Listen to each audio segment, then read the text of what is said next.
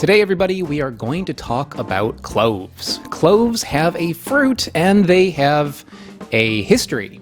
I'm going to start this video by talking about the history, which I find very interesting, but if you don't care about that sort of thing and you just want to see me eat things, that's okay too. Just skip to this time code. Okay, enjoy.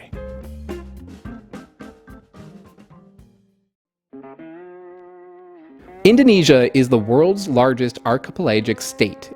It is made up of over 18,000 islands. Of those islands, 1,027 of them refer to the Maluku Islands, also known as the Spice Islands. And out of those islands, cloves are originally from here. Ternate, Tidore, the Bacan Islands, Makian, and Moti.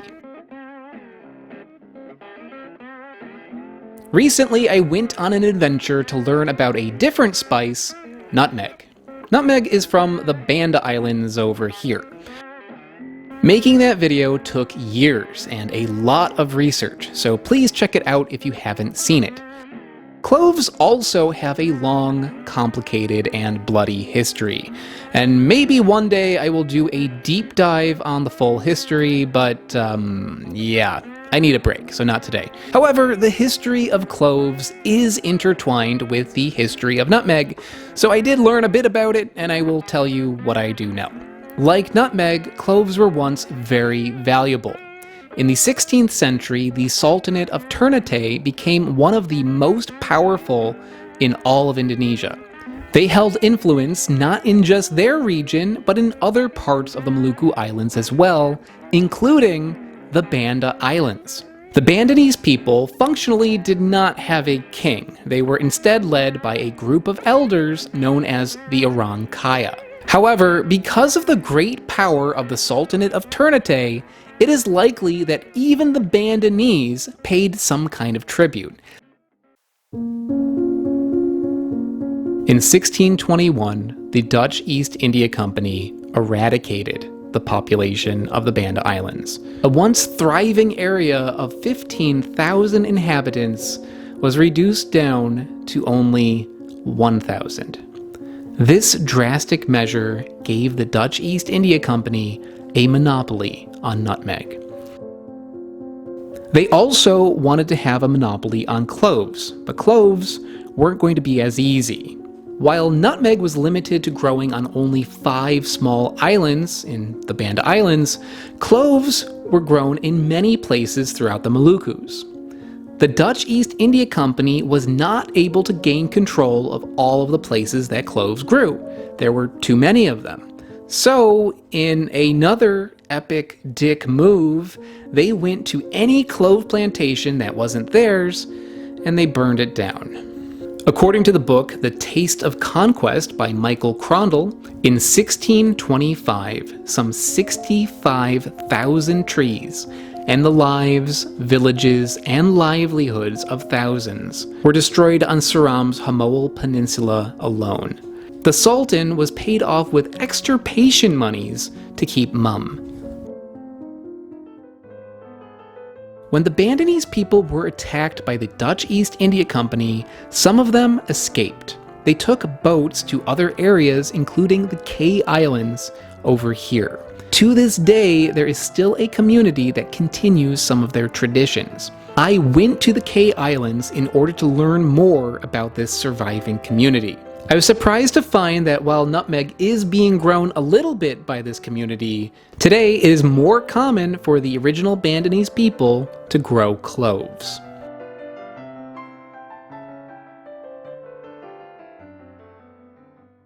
This, everybody, is a clove, and this is a clove fruit.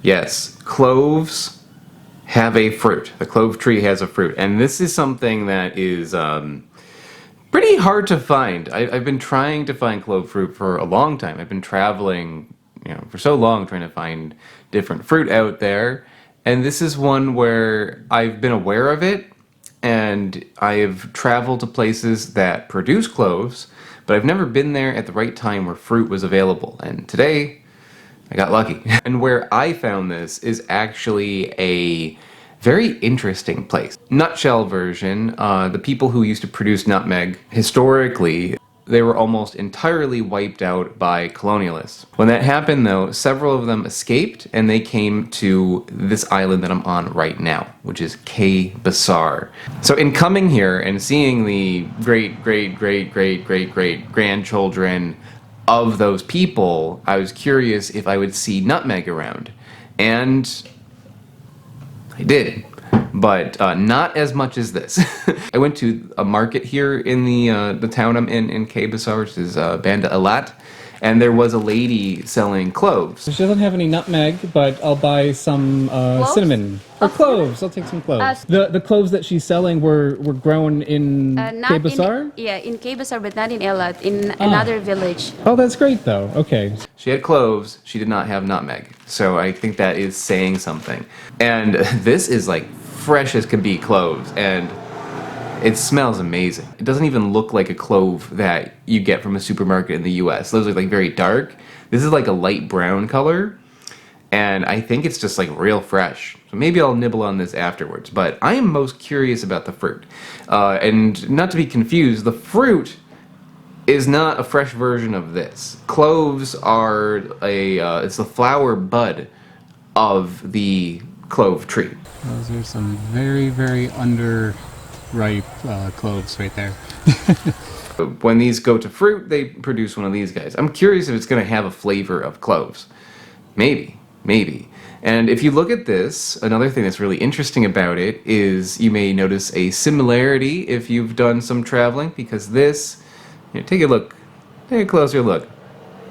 What is this related to? Does this look familiar?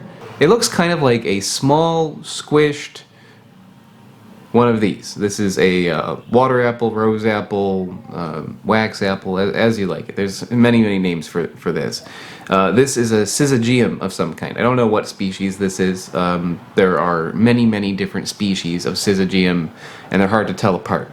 This one, though, is Syzagium aromaticum. So without further ado, let's see what this tastes like.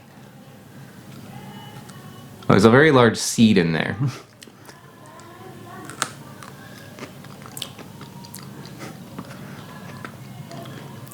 It tastes like cloves. Ooh, it's real spicy. This is so interesting. Just to like know what a clove is and to know what this is and see that similarity is really wild. This is not something that you would want to eat as a fruit. You don't want to eat it like you would eat this. Maybe you could use it as a spice though. Or a mouth freshener, because this is super strong. This is super strong. I can see like kind of like popping this in my mouth and kind of like nibbling on it to freshen my breath. It's a bit much because although there is like this nice flavor of clove in there, which I love cloves, it's also kind of bitter. It's not super sweet, but a little bit, like a 1. I wouldn't say it's really sour, but it definitely is bitter. Sourness is probably like a 1 or a 2. There is a fruit flavor that you get from this that you do not get from cloves. And I'm having trouble pinpointing exactly what it is, but I want to say it's kind of like a little tropical, like a pineapple maybe, but very light. There's just like something working in the background that makes me realize like this is a tropical fruit. So I've gotten to the seed. This is the seed of the clove fruit. There's a little kernel inside.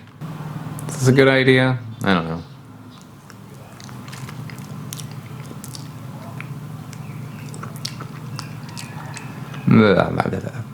Dry mouth. That's what that's like. The clove fruit definitely has much more in common with the clove flower bud than it does with another species in its genus. So I found these cloves on one tree, but then I went to another area where the fruits were very dark. As you can see, this one is dead black, very dark. It's more roundish, egg-shaped, I guess. Looks like a little pill. And this one, as you can see, it's ripened and it's shriveled a little bit. It fell off the tree naturally. So this one is definitely as ripe as it can be. Maybe a little overripe. But I'm curious if maybe by going a little bit further if it sweetened up a little bit. So let's see. Yep, there's more sweetness to it, maybe like a 2. Less tartness, it's like a 0. Less bitterness, and the flavor that I'm getting is like cloves, but also has more of a fruit flavor. This time not so much a pineapple-y kind of flavor, but more like a berry taste.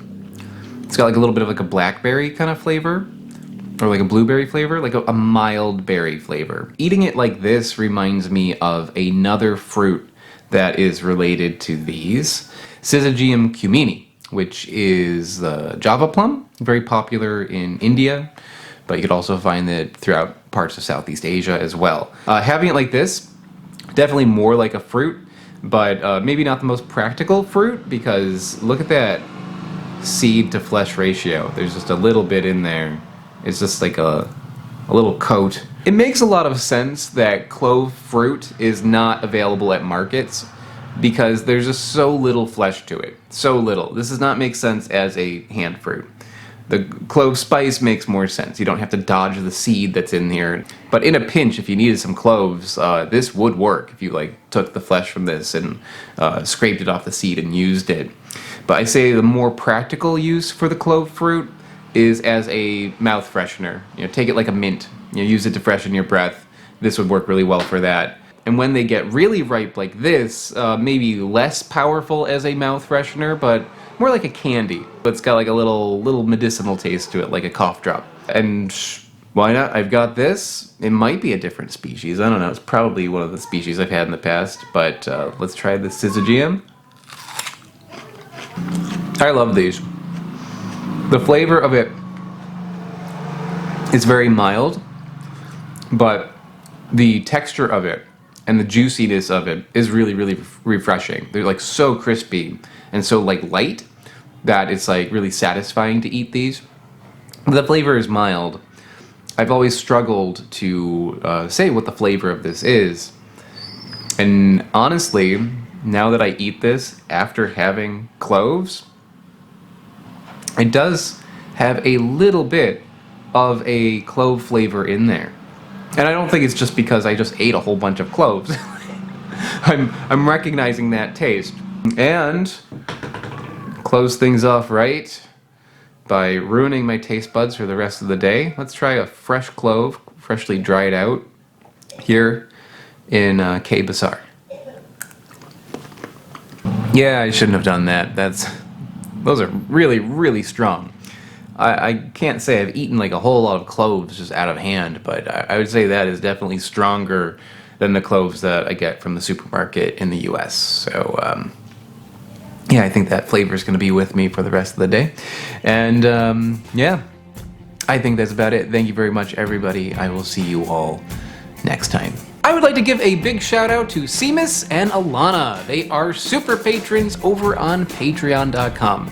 This is how the channel happens, Patreon and also YouTube memberships now. It's how I afford to do all the things that I do on this channel. So it is a huge help. Thank you so much, guys. And to anyone watching who wants to learn more about how you can also help the channel, check out the link in the description below.